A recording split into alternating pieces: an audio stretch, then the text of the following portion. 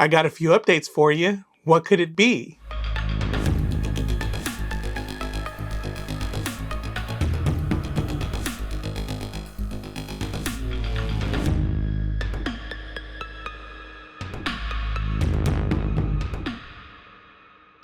Hey there, tarantula lovers. I'm Alex and welcome back to Tarantula Haven. I've got a few updates for you. If you recall on a previous video, I had paired a few tarantulas, and I'm proud to say that my Bacillotheria rufilata has made a big fat egg sac for me. It's not ready to be pulled yet, but hopefully by the next video, it will be ready and I'll be able to show that to you. Another one of the pairings that I'm waiting for is my Hapalopus species Columbia, which is the pumpkin patch tarantula. And I'm hoping that she is gravid. She's looking nice and fat and round, but I'm not really sure. I haven't been able to candle her to see if she's gravid, but I'm hoping, I'm keeping my fingers crossed that she is gravid and that she'll make an egg sac for me. But it's been a little while and she hasn't produced anything yet, so maybe she will and maybe she will molt out of it. Time will only tell. I also paired my Delicathelia diamantinensis, and unfortunately she molted out. The pairing did not take hold. So also unfortunately the male has passed, so I will not be able to pair her again until I find another male. And I'm hoping to find another male because I really like breeding them. They sell very well and a lot of people really like them. And I'm very pleased to say that my Coquiana brunipes, my dwarf pink leg, the pairing was successful. Almost immediately, she didn't eat very much after she had paired with him, and she almost immediately went into her burrow and sealed herself in. And she has not eaten at all, and it was time to pull the egg sac. I managed to pull the egg sac right before Animal Con, so here's footage of that.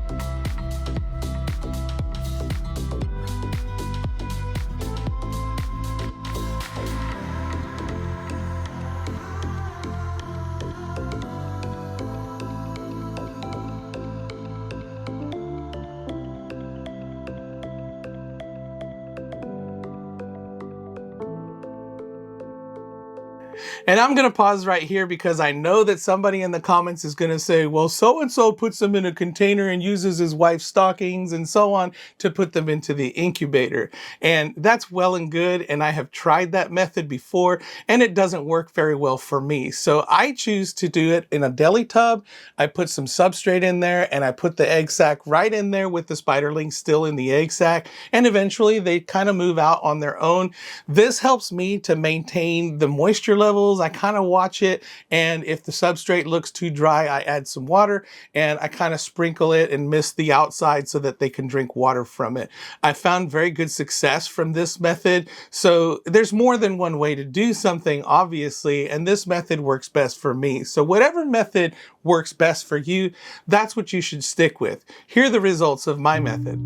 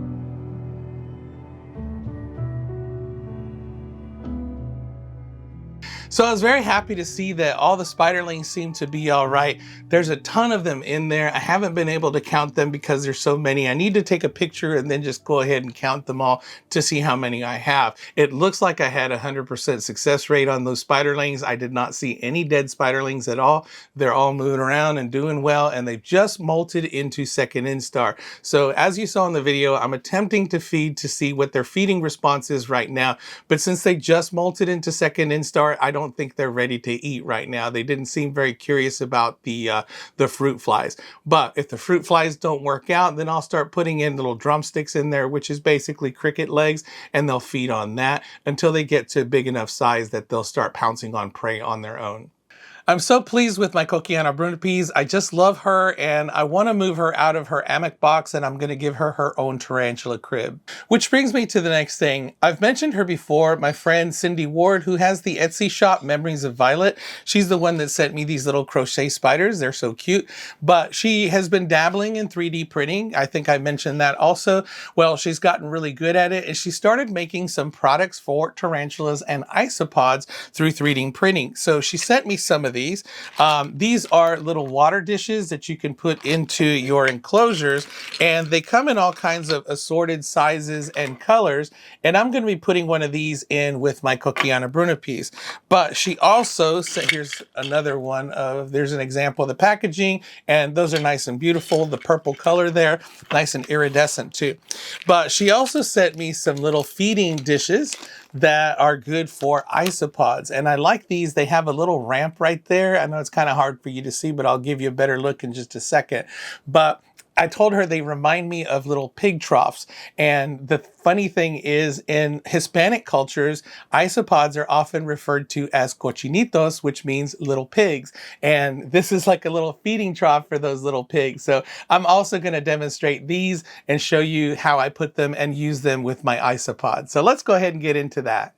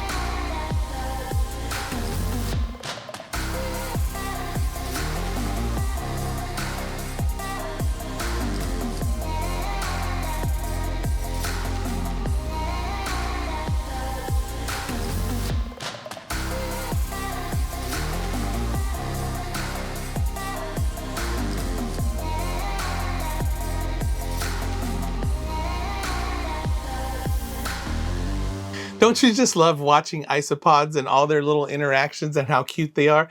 People always ask me, they're like, I don't get it. I don't understand what you like so much about keeping isopods. They're just these little bugs that hang out under their cork bark. What's the big deal? Well, to me, I like the varieties of them. I love all the different colors, all the different patterns that they have on there.